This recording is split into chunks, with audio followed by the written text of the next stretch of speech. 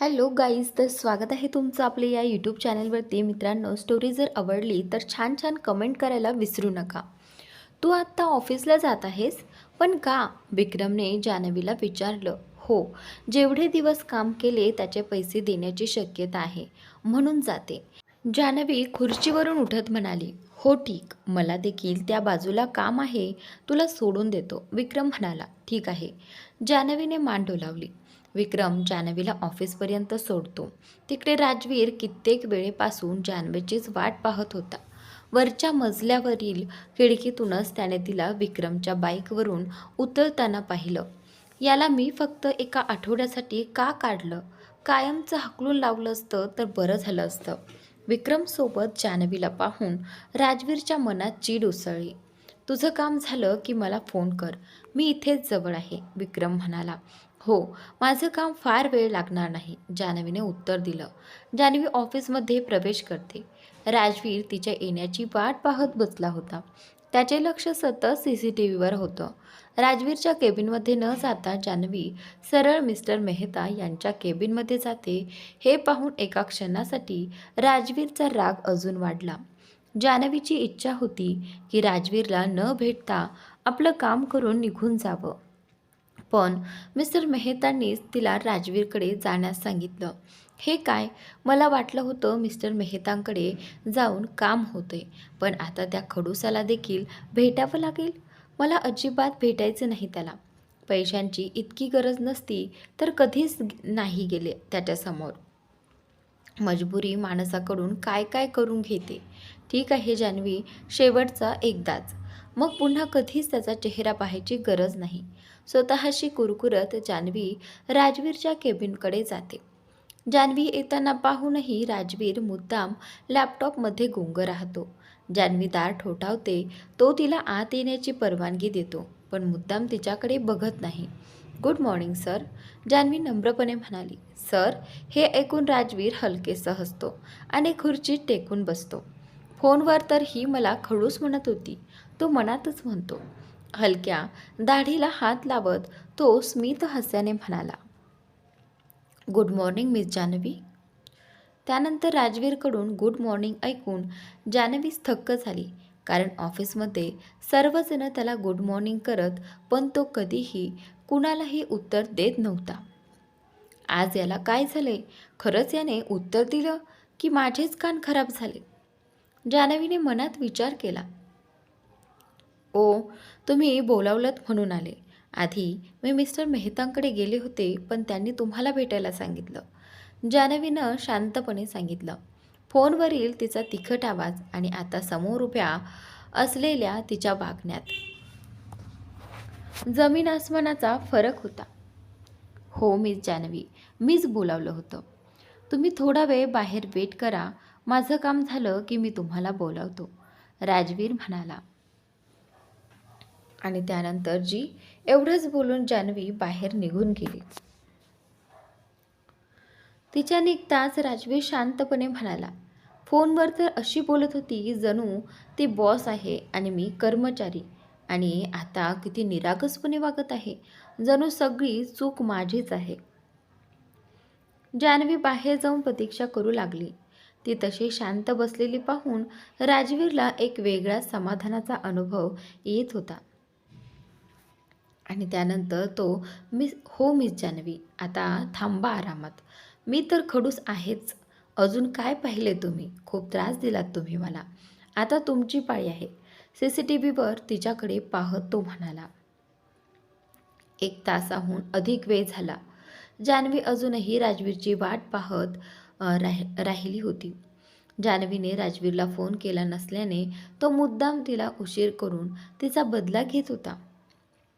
जान्हवी कित्येक वेळेपासून मनातच राजवीरला कोसत होती. पैसे कोण घेणार आहे? मी एवढ्या वेळेपासून वाट पाहते. बस, आता पुरे झालं. मी इथे एक क्षणही थांबणार नाही. पण मिशाच्या लग्नाला गावात कसं जाऊ? प्रत्येक वेळी मी अशा रिकाम्या हाताने जाऊ शकत नाही. पैसे नसतील तर? नाही, थोडा वेळ अजून थांबते. पैशांसाठीच तर त्याचा हा खडूसपणा सहन करते. माझ्या आईने दिलेले पैसेही आता संपत आलेत. देवा, माझ्याच बाबतीत असं का होतं? ती अजूनही विचारातच होती. तेवढ्यातच विक्रमचा फोन आला. जान्हवी फोन उचलून त्याच्याशी बोलू लागली. दरम्यान आपल्या केबिनमधील CCTV फुटेजमध्ये राजवीरनं पाहिलं की जान्हवी फोनवर बोलत होती. आता या वेळेला ही कोणाशी बोलते? 2 मिनिटं शांत बसत नाही ही मुलगी, तो चिडतच बोलला. त्याने लगेच आपल्या वर्करला फोन करून जान्हवीला केबिनमध्ये बोलवलं आणि सांगितलं.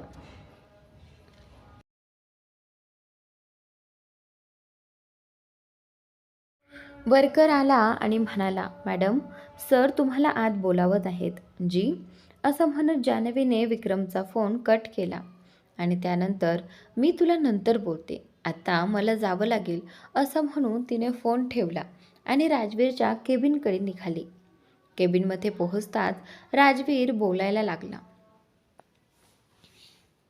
मिस जान्हवी, तुम्हाला माहिती नाही का की तुम्ही ऑफिसमध्ये आहात? माहिती आहे ना सर, जान्हवीनं अतिशय साधेपणाने उत्तर दिलं. राजवीरच्या प्रश्नाने ती थोडी गोंधळली. त्याने काय मुद्दा काढला आहे हे तिला कळत नव्हतं. आणि त्यानंतर, पण मला तर वाटत नाही की तुम्हाला माहिती आहे, कारण तुमच्या वागण्यावरून तरी तसं काही दिसत नाही. राजवीर तिला रागाने न्याहाळत म्हणाला. नाही सर, मला माहिती आहे की मी ऑफिसमध्येच आहे. जान्हवीने आजूबाजूला पाहत पुन्हा स्वतःची बाजू सांगितली. ओ, म्हणजे ऑफिसचे नियम तुम्हाला माहीत नाहीत की 2 दिवसातच विसरलात, जेणेकरून ऑफिसचे रूल्स सगळ्यांसमोर तोडत आहात? राजवीर खुर्चीवर मागे टेकून निवांतपणे म्हणाला. नाही सर, मी कुठलाही रूल तोडलेला नाही, ती पुन्हा तिच्या निरागस स्वभावातच म्हणाली. मग मला वाटतंय तुम्हाला रूल्स आठवून करून द्यायला हवा, कारण तुम्हाला काहीच आठवत नाही असं दिसतंय. राजवीरने दात चावत तिला सुनावलं. नाही सर, मला सगळं आठवतं, जान्हवी ठामपणे म्हणाली. आणि त्यानंतर, मासूमियत तर बघा, जणू मी खोटं बोलतोय आणि ही खरं, किती स्वच्छपणे खोटं बोलते. राजवीर तिच्याकडे पाहत मनातच म्हणाला. जान्हवी अजूनही बुचकळ्यातच होती की तो नेमकं कोणत्या नियमाबद्दल बोलतोय. हो, 2-3 मिनिटं तो तसाच तिला पाहत राहिला. तो काहीच बोलत नाही हे बघून जान्हवीने हात हलवत विचारलं. सर, आपण काहीतरी बोलत होतात. हो, तर आठवतं ना तुम्हाला सगळे रूल्स? मग फोनवर कसा बोलत होता? तुम्हाला माहिती आहे ना, ऑफिसमध्ये फोनवर बोलणं तेही परवानगीशिवाय नियमांच्या विरुद्ध आहे. तर मग आत्ताच काय करत होतात सांगाल? राजवीरने तिला मध्येच थांबवत मुद्दा ठोकून दिला. आणि त्यानंतर हे ऐकून जान्हवीचं आश्चर्याने तोंड उघडेच राहिलं. त्याला कसं कळलं? तिला कल्पनाच नव्हती की संपूर्ण ऑफिसचा CCTV फुटेज राजवीरच्या केबिनमध्ये लाईव्ह दिसत असतो. आणि हो, तोंड बंद करा, राजवीर तिला पाहून थंड आवाजात म्हणाला. जान्हवीने पटकन तोंड बंद केलं. 2 सेकंदांनी ती अडखळत बोलू लागली. ओ ओ तो मी असं म्हणत, काय मिस जान्हवी? ओ ओ काय मिस जान्हवी, तुमचं कोणतंच एक्सक्यूज इथे चालणार नाही. ऑफिसमध्ये तुम्ही जेवढ्या वेळ असाल, कारण काहीही असो, तुम्हाला रूल्स फॉलो करावेच लागतील. राजवीरने पुन्हा एकदा कडक आवाजात म्हणून जान्हवीकडे पाहिलं. जी सर, सॉरी, मी पुढे लक्ष देईन. जान्हवीने पटकन माफी मागून तिथून सुटण्याचा प्रयत्न केला. ओके, ठीक आहे, पण पुढच्या वेळेस काळजी घ्या. त्यानंतर इकडे राजवीरचा आवाज आता थोडा शांत झाला. जी? जान्हवीने हळूच उत्तर दिलं. राजवीरचं बोलणं ऐकून जान्हवी मनातच म्हणाली, आजच माझा शेवटचा दिवस आहे, पुन्हा इथे येणारच नाही मी. मग लक्ष कशावर द्यायचं? देवाची कृपा की आता या खडूसचा चेहरा तरी बघावा लागणार नाही. तर मग आता कामाबद्दल बोलूया. राजवीरने जान्हवीला विचारात हरवलेलं पाहून आवाज दिला. जी हो, जान्हवी म्हणाली. जान्हवी भानावर येत म्हणाली. ती शक्य तितक्या लवकर आपली सॅलरी घेऊन तेथून निघून जायला उत्सुक होती. तुम्हाला जॉबमधून काढले हे तुम्हाला ठाऊक आहेच, पण तुम्ही लगेच जॉब सोडू शकत नाही. राजवीरने जणू एखादा बॉम्बच टाकत सांगितलं. आणि त्यानंतर काय? का नाही सोडू शकत? राजवीरचं बोलणं संपताच जान्हवी धक्क्यात ओरडली. तुम्हाला जॉबमधून काढले, पण राजवीर बोलत होता तेवढ्यात जान्हवीनेच त्याची वाक्य अडवली. पण काय?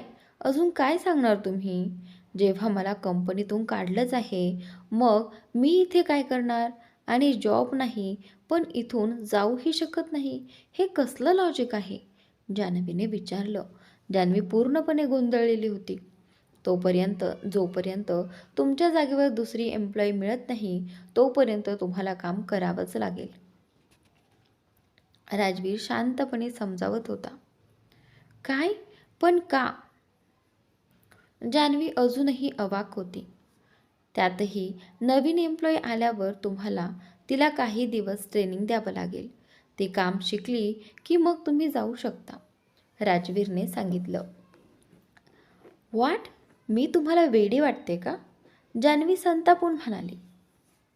तुमच्या कॉन्ट्रॅक्टमध्ये हे स्पष्ट लिहिलंय. जॉईन करण्यापूर्वी तुम्ही साईन केलेलं, राजवीरने अगदी स्थिर आवाजात सांगितलं. यावर जान्हवी चिडून गेली. तिला वाटलं की राजवीर तिला पगार द्यायलाच बोलवत नाही, तर फुकट काम करून घेण्यासाठी खेचून आणलं आहे. नरकात जाओ ते कॉन्ट्रॅक्ट, मला काहीच मान्य नाही, ती रागाने म्हणाली. आणि त्यानंतर राजवीरने मिस्टर मेहतांना फोन करून जान्हवीचं कॉन्ट्रॅक्ट आणायला सांगितलं. जान्हवी हात छातीवर घालून बाजूला उभी राहिली, पूर्णपणे चिडलेली असते. मीच विचार करत होते, इतकं सरळ कसं म्हणाला की ऑफिसमध्ये येऊन पैसे घेऊन जा. आता समजलं सगळं. तुम्हाला पैसे द्यायची इच्छा नव्हतीच. गुंतवून ठेवण्यासाठी मला ऑफिसमध्ये बोलावलं. फसवलंत मला, माझा विश्वास घातला मी तुमच्यावर.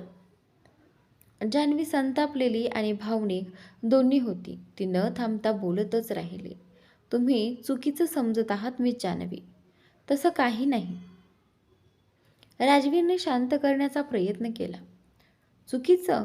आधी चुकीचं समजले होते, आता अगदी बरोबर समजलं आहे. जान्हवीचा आवाज आता रडवेला झाला होता. ती कधीही रडू शकते असं तिचं रूप होतं. आणि त्यानंतर राजवीरने तिच्या बोलण्याला काही खास उत्तर दिलं नाही, कारण तो जाणत होता की जान्हवी जे म्हणते त्या भावनांचा तोडगा तिला आता काहीच दिसत नव्हता. खरं तर राजवीरने बहाणाच करून आज जान्हवीला ऑफिसमध्ये बोलावलं होतं. मिस्टर मेहता राजवीरकडे कॉन्ट्रॅक्ट ठेवून म्हणाले. सर, हे घ्या. ठीक आहे मिस्टर मेहता, आपण जाऊ शकता, राजवीर शांत आवाजात म्हणाला.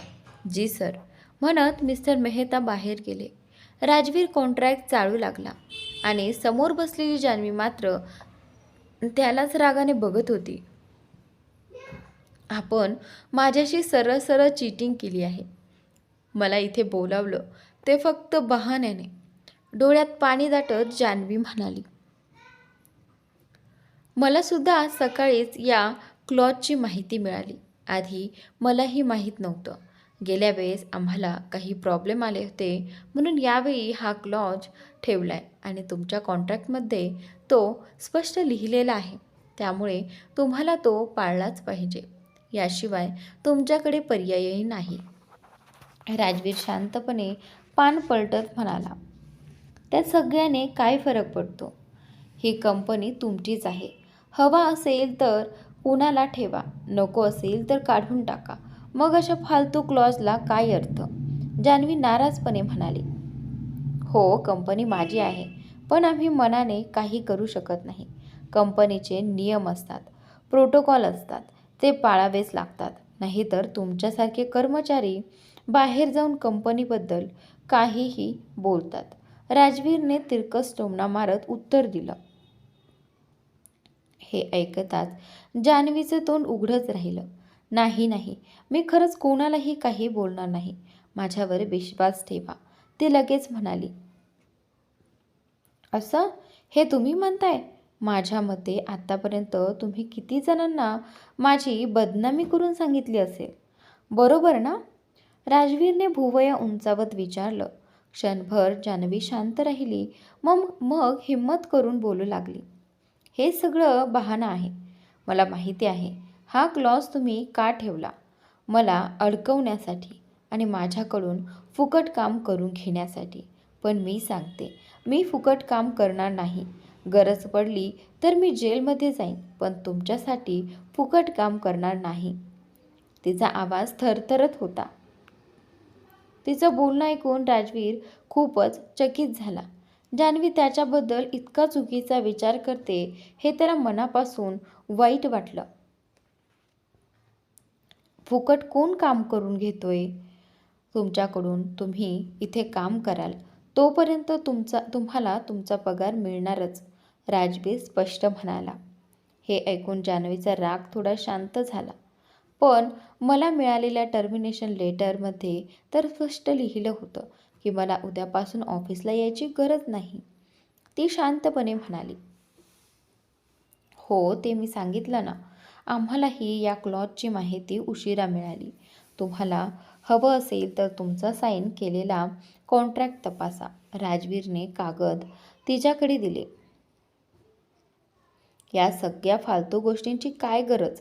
आणि आधी तरी तुम्ही हे नियम पाळत होता का? जान्हवीची चिडचिड वाढत होती. राजवीरने त्रासून विचारलं. मी काय नाही पाळलं आत्तापर्यंत? सांगा, सांगा जरा. जान्हवीने लगेच मुद्दा टाकला. माझी ड्युटी 9 ते 6, पण कधीच तुम्ही मला वेळेत जाऊ दिलं नाही. 2 मिनटं उशीर झाला की ताबडतोब तुम्ही ओरडणं सुरू करता, पण सुटण्याची वेळ मात्र नेहमी उशिराची. हा क्लॉज पाळत नाहीत ना तुम्ही? त्यानंतर राजवीरला तिची प्रत्येक गोष्ट टोचत होती, पण त्याने स्वतःचा राग दाबला. ठीक आहे, आता तुम्ही रेग्युलर एम्प्लॉई नाही, त्यामुळे तुमची सुट्टी वेळेत होईल आणि तुम्ही जास्त वेळ काम केलं तर तुम्हाला ओव्हरटाईमही मिळेल. आता चालेल? त्याने स्वतःला नियंत्रित करत उत्तर दिलं. आणि त्यानंतर मनात मात्र एकच विचार. एकदा ही इथे काम करायला तयार झाली की बाकी सर्व मी सांभाळून घेईन. थोडा विचार करून अखेर जान्हवी म्हणाली. ठीक आहे, तुम्हाला नवीन कर्मचारी मिळेपर्यंत मी इथे काम करू शकते.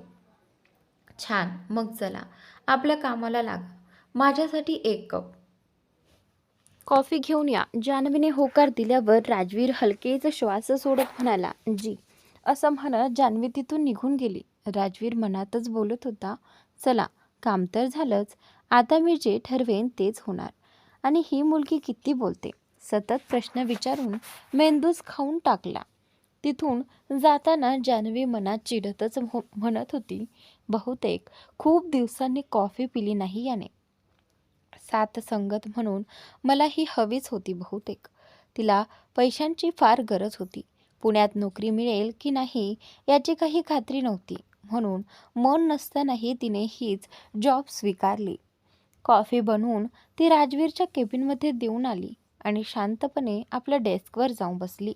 काम करत करत ती मनात म्हणत होती, चला, मिशाशी लग्न होईपर्यंत पैसे मिळतील. यावेळी गावाला रिकाम्या हाताने जाऊ शकत नाही. मागच्या वेळी तर कार्तिकने निभावून नेलं. राजवीर कॉफीचा घोट घेत म्हणाला, किती त्रास देते ही मुलगी. इतक्यात मिस एना येऊन काही फाईल्स देत म्हणाल्या, ही पूर्ण करून राजवीर सरांना दे. जान्हवीने फाईल्स घेतल्या आणि कामाला लागली. बराच वेळ काम करून तिने फाईल्स राजवीरच्या केबिनमध्ये नेऊन दिली. फाईल पाहून राजवीर म्हणाला, नाही मिस जानवी, यात खूप चुका आहेत, नीट तपासून घेऊन या. त्यानंतर जानवीने फाईल पुन्हा घेतली. ती उघडून पाहिली तर तिला काहीच चुकीचं जाणवत नव्हतं. काहीच नाही म्हणजे काय, मुद्दाम त्रास द्यायचा आहे म्हणूनच सांगतोय. काहीच प्रॉब्लेम नाही यात. 2 मिनिटं नीट पाहिलंही नसेल आणि चुकांवर दिसताय त्याला. ती मनातच राजवीरला कोसत होती. तिने जशीच्या तशी फाईल परत नेली. राजवीर पुन्हा पाहत म्हणाला, मिस जानवी, नीट बघा, अजून खूप चुका आहेत. आणि त्यानंतर पण मला तर काहीच दिसत नाही, ती निरागसपणे म्हणाली. राजवीरने तिला पुन्हा बसायला सांगितलं. ती त्याच्या समोरच्या खुर्चीत बसली आणि फाईल पाहू लागली. राजवीर तिच्या शेजारच्या खुर्चीत येऊन बसला आणि चुका दाखवू लागला. आणि काही सेकंदात त्याने अनेक चुका अंडरलाईन करून दाखवल्या. ते पाहून जानवी खूप इम्प्रेस झाली. एका क्षणासाठी ती त्याच्याकडे एकटक पाहतच राहिली. राजवीरने तिच्याकडे पाहताच त्यांच्या नजरा भिडल्या. जानवी थोडी गोंधळी, पटकन फाईलकडे बघू लागली आणि केस मागे सारू लागली. जणू तिने राजवीरकडे पाहिलंच नव्हतं. राजवीर पुन्हा फाईलमध्ये डोकावून तिला समजावू लागला. जानवी मनात म्हणाली, याचं डोकं तर संगणकापेक्षाही जलद चालतंय. मी किती वेळ पाहिलं पण मला एकही चूक दिसली नाही आणि याने 2 सेकंदात सगळ्या चुका दाखवल्या. काहीतरी आहे नक्की याच्यात, जानवी म्हणाली. ती पुन्हा त्याच्याकडे पाहत राहिली. राजवीरचा चेहरा तिच्या खूप जवळ होता. त्याची नजर तिच्यावर पडताच तो म्हणाला, काय झालं मिस जानवी, काय पाहत आहात? त्यानंतर इकडे त्याचं वाक्य ऐकताच ती दचकली. काही नाही, मी काय बघते, काहीच नाही, मी तर तुमचं नीट ऐकत होते, ती अडखळत म्हणाली. अचानक विचारलेल्या प्रश्नाने ती पूर्णपणे गोंधळली होती. जानवी स्वतःच काय बोलत आहे ते तिलाही कळत नव्हतं. ती पूर्णपणे गोंधळलेली होती. मी बाकीचं काम बाहेर जाऊन पाहते, असं म्हणत जानवी उठण्याचा प्रयत्न करते. पण राजवीर तिचा हात धरून तिला परत खुर्चीवर बसवतो. नाही, तुम्ही इथंच बसून काम करा मिस जानवी, तो तिला पुन्हा नीट बसून गंभीर आवाजात सांगतो. माझं सामान बाहेर पडलंय, जानवी बहाणा करत म्हणते. ठीक आहे, तर सामान घेऊन या, राजवीर शांतपणे म्हणतो. जानवी उठण्याचा प्रयत्न करत होती, पण राजवीरने अजूनही तिचा हात पकडलेलाच होता. माझा हात, ती हलकेच म्हणते, पण राजवीरला तिचं म्हणणं समजत नाही. तो भुवया उंचावत तिला पाहतो. जानवी त्याच्या हाताकडे इशारा करून पुन्हा म्हणते, माझा हात. राजवीर तिच्या इशाऱ्याचा अर्थ समजून स्वतःचा हात झटकन मागे घेतो आणि दुसरीकडे बघू लागतो. तो आपल्या केसात हात फिरवत होता. तो खूपच कॉन्शियस झाला होता. अशी परिस्थिती त्याच्या आयुष्यात पहिल्यांदाच आली होती. त्यामुळे तो थोडा नर्वसही झाला होता. राजवीरने हात सोडताच जानवी तिथून पटकन निघण्याचा प्रयत्न करते, पण तीही घाबरलेली असल्याने तिचा पाय टेबलला लागतो आणि ती वेदनेने ओरडते. राजवीर, जो दुसरीकडे बघत होता, तिचा आवाज येताच घाईने उभा राहतो. काय झालं, आर यू ओके, तो काळजीने विचारतो. जानवी तिच्या दुखलेल्या पायाकडे पाहत बसली होती. राजवीरही तिच्याकडे झुकून पाहत होता आणि तो बोलताच जानवीने त्याच्याकडे पाहिलं. तेव्हाच अचानक दोघांचेही कपाळ जोरात एकमेकांना धडकले. तिच्या पायालाही दुखलं होतं, त्यामुळे तिचं संतुलन ढळलं आणि ती खाली पडणार इतक्यात राजवीरने तिच्या कंबरला हात घालून तिला सांभाळून घेतलं. घाबरून जानवीने दोन्ही हात राजवीरच्या मानेला धरले. 2 सेकंदासाठी तरी तिचे डोळे भीतीने बंद झाले. राजवीर तिच्याकडे खूप प्रेमाने पाहत होता. घाबरलेली ती त्याला आणखीनच सुंदर वाटत होती. दोघे एकमेकांच्या खूप जवळ होते. जान्हवीने हळूच डोळे उघडले आणि तिच्या समोर राजवीरच होता. तिच्याकडे अगदी मऊ प्रेमाने पाहत होता. जान्हवीही त्याच्या नजरेत हरवली. दोघे एकमेकांच्या डोळ्यात पाहत होते. दोघांनाही एकमेकांचा श्वास आपल्या चेहऱ्यावर जाणवत होता. जान्हवी त्याच्या अगदी जवळ होती. राजवीरने तिला दोन्ही हातांनी घट्ट धरून ठेवलं होतं, जणू तिला कधीच सोडणार नाही. तिचे हात त्याच्या छातीवर टेकलेले होते. काही क्षणांसाठी दोघे पूर्णपणे एकमेकांत हरवून गेले होते. जान्हवी त्याच्या सुंदर चेहऱ्याकडे पाहत राहिली आणि राजवीरही तिच्या मोठ्या खोल डोळ्यात हरवून गेला. पण त्या क्षणाला जास्त वेळ मिळाला नाही. अचानक दरवाजावर नॉक झालं आणि मिस एना आत आल्या. त्यांना पाहताच दोघे लगेच एकमेकांपासून दूर झाले. राजवीरने अनिच्छेने जान्हवीच्या कमरेवरून हात काढला आणि जान्हवीनेही घाईने आपले हात त्याच्या छातीवरून हटवले. जो राजवीर काही क्षणांपूर्वी तिच्या इतका जवळ होता, तो आता 2 फूट अंतरावर जाऊन उभा राहिला. जान्हवी लाजून केस कानामागे सारत नजर खाली करून झटपट तिथून बाहेर निघून गेली. मिस एना मात्र तिला अशा नजरेने बघत होत्या जणू आत्ताच कच्चीच खातील. मी थोडं जवळ काय गेले, उलट मला खाली पाडलं आणि मला वरून ओरडला. आणि ही मुलगी हिच्याशी असं चिपकून उभा होता, नक्की हिचं काहीतरी करत असेल. मिस एना मनातल्या मनात जान्हवी आणि राजवीर दोघांना शिव्या घालत होत्या. त्यांना जान्हवीबद्दल प्रचंड हेवाही वाटत होता. जान्हवी केबिनमधून बाहेर पडताच राजवीरने मिस एनाकडे पाहत विचारलं, जी मिस? त्यावेळी त्याला तिचं नाव आठवतच नव्हतं. एना सर. मिस एना. ती थोडी नाराज होत त्याला स्वतःचं नाव आठवून देत म्हणाली. आणि त्यावेळी इकडे जी मिस एना, काही काम होतं का? राजवीरने तिच्या अचानक केबिनमध्ये येण्याचं कारण विचारलं. जी सर, ही फाईल मिस्टर मेहतांनी पाठवली आहे, असं म्हणत ती हळूहळू राजवीरच्या अधिक जवळ येऊ लागली.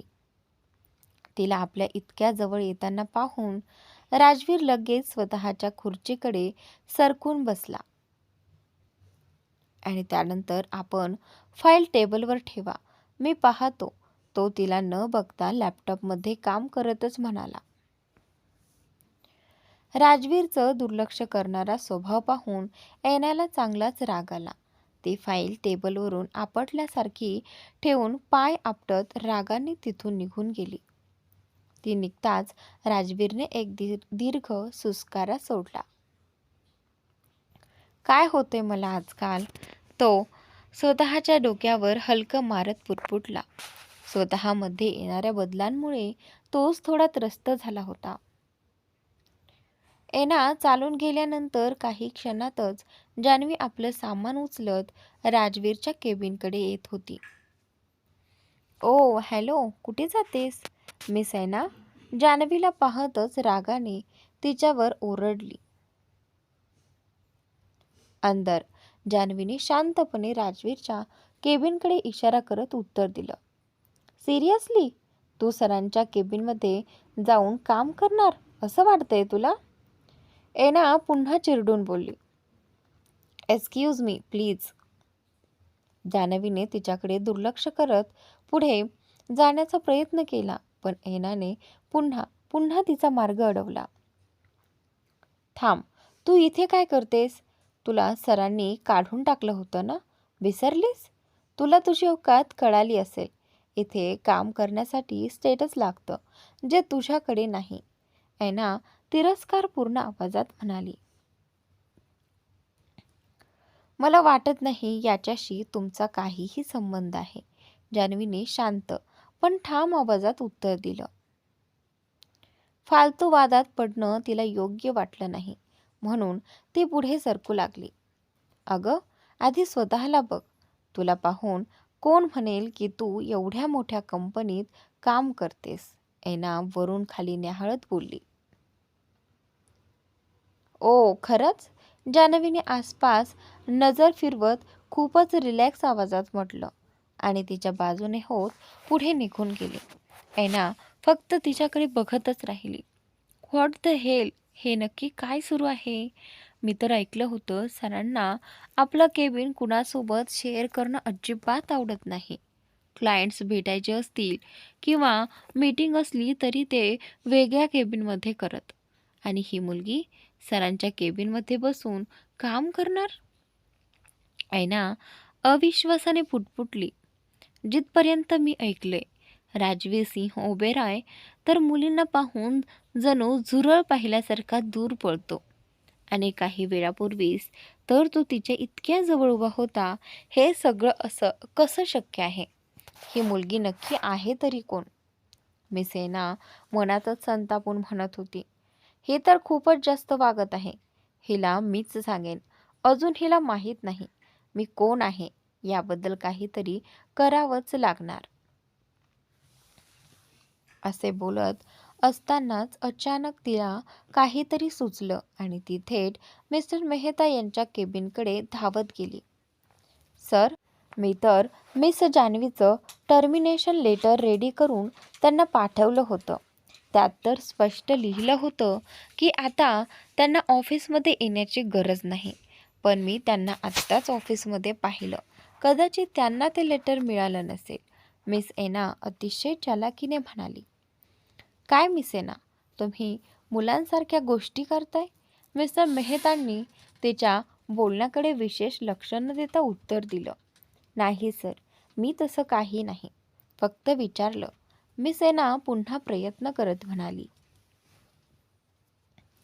हो, पण जोपर्यंत त्यांच्या जागेवर दुसरा कर्मचारी येत नाही तोपर्यंत मिस जान्हवी इथेच काम करतील, असं म्हणत मिस्टर मेहतांनी त्याची उत्सुकता संपवली.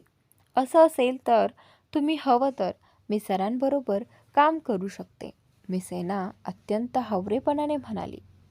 नाही, त्याची काही गरज नाही. मिस्टर मेहतांनी तिला स्पष्ट नकार दिला. ओके, मग इंटरव्ह्यूज कधी आहेत? ती थोडी उतावळेपणाने विचारू लागली. मिस एना, तुमच्या कामावर लक्ष द्या, मिस्टर मेहतांनी चिडलेल्या स्वरात सांगितलं. मिस एना चेहरा वाकडं करत आपल्या जागेवर जाऊन बसली आणि काम करण्याचा आव आणू लागली. दरम्यान जान्हवी राजवीरच्या केबिनमध्ये आपलं सामान घेऊन आली. काही वेळांपूर्वी त्यांच्यामध्ये जे घडलं होतं त्यामुळे दोघांनाही प्रचंड अवघडल्यासारखं वाटत होतं. दोघेही एकमेकांकडे न बघण्याचा प्रयत्न करत होते. राजवीर लॅपटॉपमध्ये गुंग असल्यासारखा दिसत होता आणि जान्हवी देखील सरळ आपल्या खुर्चीत बसून कामात लागली. तरीही राजवीर मधूनच एकदा चोरून तिच्याकडे पाहत होता. थोड्या वेळाने जान्हवीचा फोन वाजला. आवाज येताच दोघांची नजर एकाच क्षणी एकमेकांवर गेली. जान्हवी घाईघाईने पर्समधून फोन काढू लागली. राजवीर मात्र तिला एकटक पाहत होता, पण तिचं लक्ष फक्त फोनवरच होतं. स्क्रीनवर नजर गेली तेव्हा तिला आठवलं, ती तर विक्रमला सांगून आली होती की तो तिला थोड्या वेळाने न्यायला येईल आणि आता बराच वेळ झाला होता. ओ गॉड, मी तर पूर्ण विसरलेच, ती स्वतःशीच पुटपुटली. फोन उचलणारच होती तेवढ्यात तिने राजवीरकडे पाहिलं. तो अजूनही तिलाच पाहत होता. अर्जंट आहे सर, फोन घ्यावा लागेल. प्लीज एकदा, पुढच्या वेळी नाही घेणार. फक्त 2 मिनिटांसाठी प्लीज, जान्हवीने संकोचत विनंती केली. राजवीर पेन ओठांवर ठेवतच विचार करत होता. कोणाचा फोन आहे? तिच्या विनंतीवर त्याने हलकं मान डोलावून फोन घेण्याचा इशारा केला. पण त्याच इशारा पूर्ण होतानाच जान्हवीने फोन कानाला लावला होता. राजवीर मनातच चिडून म्हणाला, इतकी काय घाई होती फोन उचलायची? माझं होकाराचं नीट वाटही पाहिली नाही. कोणाचा फोन असेल हा? एवढं प्लीज प्लीज करत होती, म्हणजे नक्कीच महत्त्वाचा असेल. फोन लागताच जान्हवी म्हणाली, सॉरी सॉरी, खरंच सॉरी. मी तुला सांगायचंच विसरले की मी आत्ता घरी जाणार नाही. एवढं सॉरी? आजपर्यंत कधी तिनं मला एवढं सॉरी म्हटलं नाही. कोण आहे हा ज्याला एवढं नम्रपणे बोलते? राजवीर मनातच खवळून गेला. तो आपलं काम बाजूला ठेवून पूर्ण लक्ष तिने कोणाशी आणि कशाबद्दल बोलते यावर देऊ लागला. कोणताच प्रॉब्लेम नाही, मी वाट पाहतो, तू ये, विक्रम म्हणाला. नाही नाही, तू जा, मला खूप उशीर होईल, जान्हवी त्याला समजावत म्हणाली. का? तू तर लवकर येणार म्हणाली ना? विक्रमने पुन्हा विचारलं. जान्हवीचं संभाषण जसं जसं वाढत होतं तसतसा राजवीरचा रागही वाढत होता. तो सतत तिलाच पाहत होता हे बघून जान्हवीला जाणवलं आणि तिनं घाईघाईनं म्हणत कॉल कट केला. नंतर सांगते, बाय. तर मित्रांनो, आजचा भाग इथेच संपलेला आहे. पुढील भाग पाहण्यासाठी चॅनलला सबस्क्राईब नक्की करा.